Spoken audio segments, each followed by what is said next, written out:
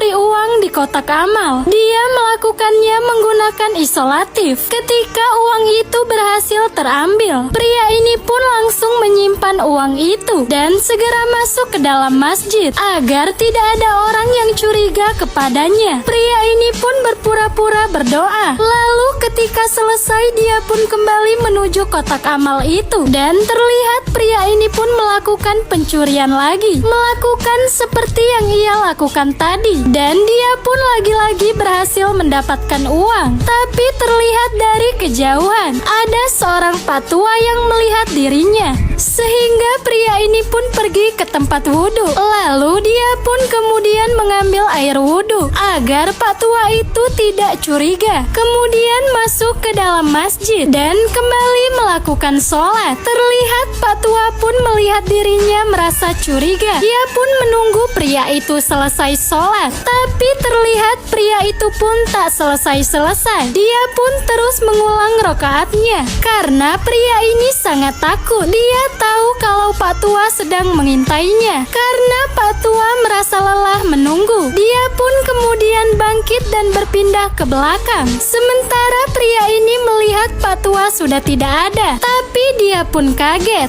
ketika melihat Pak Tua ada di belakangnya. Dia pun memberanikan diri untuk keluar masjid, tapi Pak Tua menghadangnya. "Ada urusan apa Bapak menghadang saya?" Lalu Pak Tua pun bertanya, "Kenapa kau berdiri di dekat kotak amal?" Tapi pria itu hanya terdiam. Sementara Pak Tua mengambil uang di sakunya. Karena dia melihat pria itu, dia tak sengaja mendengar pria itu membutuhkan uang dan meminta kepada Tuhan untuk memberinya, sehingga Pak Tua mengambil uang untuk memberi pria ini. Sementara pria ini sangat berdosa karena telah mencuri di kotak amal.